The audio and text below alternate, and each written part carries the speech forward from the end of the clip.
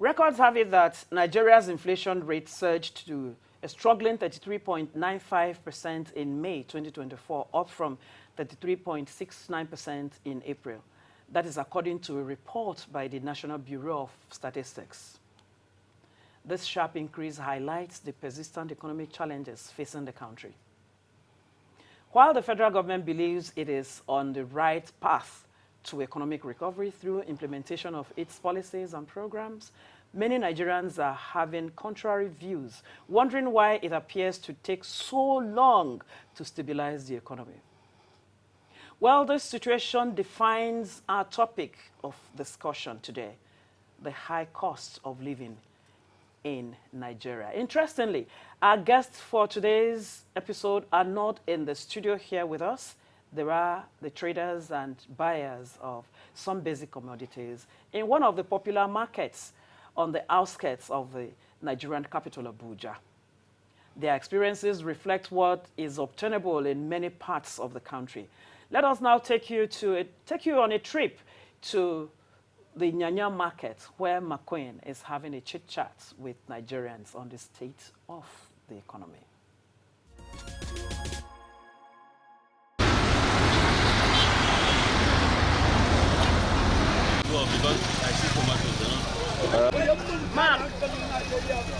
What is the situation of things in the market at the moment? The situation still remains the same thing.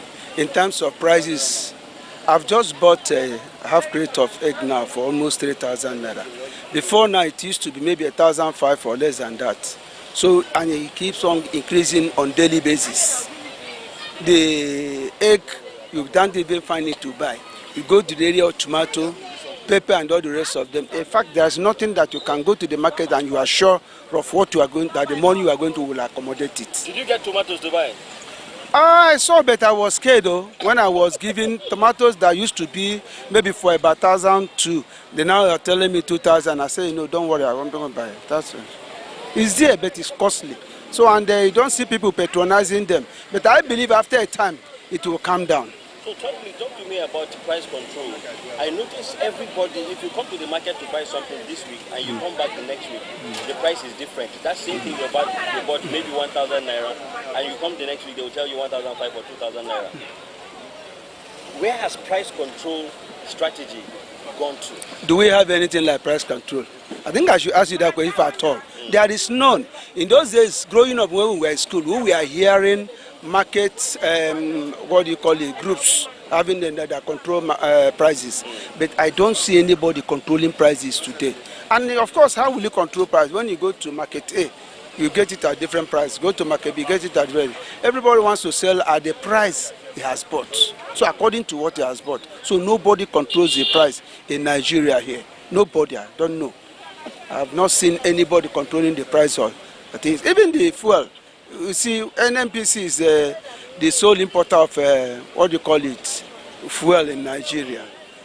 Can they control it? You go to the NNPC filling station, maybe you get about 614, 617, between that and 620. But you go to other areas, you see 700. In fact, it's even worse in the east. So nobody controls the price. They only, because they are the sole importers, they sell at the price that is convenient for them. But every other marketer or every other seller just sells at his own price. Given the opportunity to talk to the authorities concerned, what advice would you give them from the issue of price control and the issue of expenses of food commodities in the market? How I wish we have authorities that have sympathy for the masses. Even if you talk to them, tomorrow, see, all of them, in fact, let me be specific. Every politician in this country is selfish. They are the ones putting us into this problem. And you see them here and there. Even in public service, they are there. Some of them just wear public service collar, but they are politicians. So nobody has interest of the masses in mind. If I have to advise, I would have to let them sit down, think. How they feeling? Like I've come to the market to buy something now. Do they go to, you see them go to maybe ShopRite or UTC or those areas, they will just sit there, pick the price. So, because they have what it takes to do that. But unless you find them in this situation where they come to market, price item A, B, C, and see the pricing, then they will now go down and sit down. Think on their thinking cap, see what they do about the prices. So I don't know if people have been writing, like I listen to so many programs. AIT is my best program. What do you call it? Red Power. I listen to better. The truth is that there is nothing the government want to hear that these people are not saying. But how many of them do they listen to? They don't. They don't. So we have a government that has no listening ear. Not the present one. Right from time, I've not seen any of them that are come to say, we come to serve the people. They come to serve themselves. So moving forward, do you think there's still hope for Nigeria? Well, there may be hope, but the hope is not in sight. As far as I'm concerned, I don't see, because I was telling my children the other day, when I joined the public service before I retired, you see, there are some certain things we enjoyed. Some of us had the opportunity of improving ourselves, widening our horizon. But how many of them have that opportunity today? But I only pray that God will touch anybody that calls himself a leader, that will come tomorrow and see the plight of people and know what to do about it. Because for me, I don't know if there is hope. I don't know if there is hope. But I also believe there is God. God will bring somebody. We've seen what happened recently in Kenya.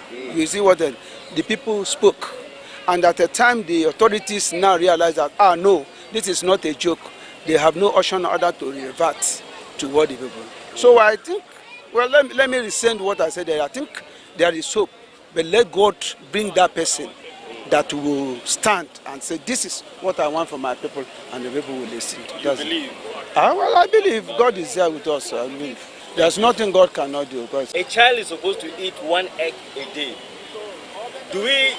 Is that obtainable in Nigeria at the moment? For now, it's not obtainable for now, because whereby a child is supposed to eat per egg a day, and per egg now is about 200 naira, and a crate of egg is about 5,000 naira. How will the parents be able to get the egg for the children when they have not eaten good food, when they have not eaten other food? For instance, according to some people, they say the egg is secondary. Truly, it's supposed to be primary to children, but now it's secondary to them because they cannot afford it. If a house, there are 5 in number, how can they be able to share 1 egg if they manage to get 1? So it's not possible. The thing is getting worse every day, and we don't know what to do. They say the egg is protein for children, but they cannot afford it because the thing is very expensive. Even me, since morning now I've not sold anyone because it's expensive. When it was cheaper, if they come, before 2 hours, I would have maybe said 2, 3, 4 crates. But now I cannot even sell up this 700 naira. Okay, for instance, this one now I shade here now is 700 naira. Why this one is 1,000 naira for 5 pieces? How can the parents afford it where they cannot buy even a mudu of gari? So this is very expensive in this country. They should try and please come to our aid and help us. We are not finding it funny again. Things is very difficult. We that is selling, we are crying. People that is buying, they are shouting too. As a seller and as a mother, when last did you make stew in your house? Hey, that one I cannot even remember again. The only food I can make for my children now is if I manage to do red oil rice, because that one is the one that is even little cheaper. If you have red oil in your house and you have local rice, that is one that is even a little bit cheaper. Talking about tomato is no-go area. So what are we saying? Will I say egg? If I don't have money to buy egg, how can I make sauce for my kids? So it's very expensive. We are not finding anything about eating is very expensive. Which means the issue of nutrition has been thrown into the window. Yes, and the issue of nutrition has been thrown into the window for a long time now, and we want them to really have listening ear to what we are saying and try to help us out. So tell me, what is the market situation? You people just got to the market. Yes, the situation in the market is not actually favorable to us, because looking at, we have to be paying our transport, our PPAs, and we have to also get some stuff so that we won't starve, and it's not okay for us, because right now my alawi is up. Yes, it's out. I'm out of the alawi, and I have to start doing little things to keep myself going.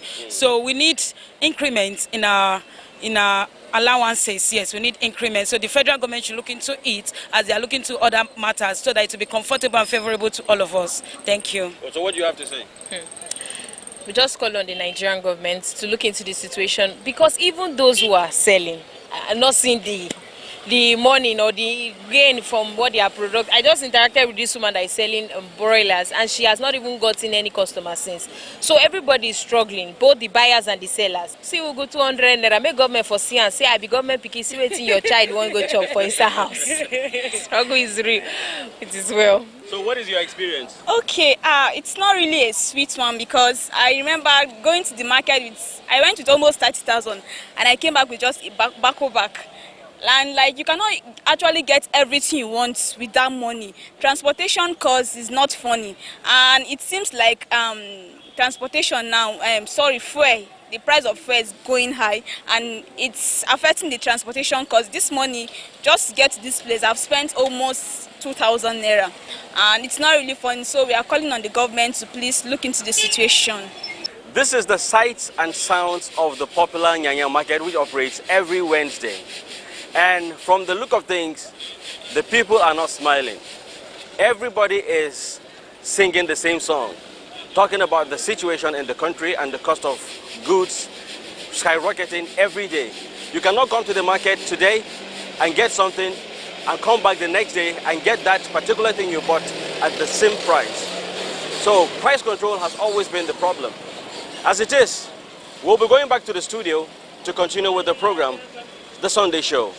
Keep watching.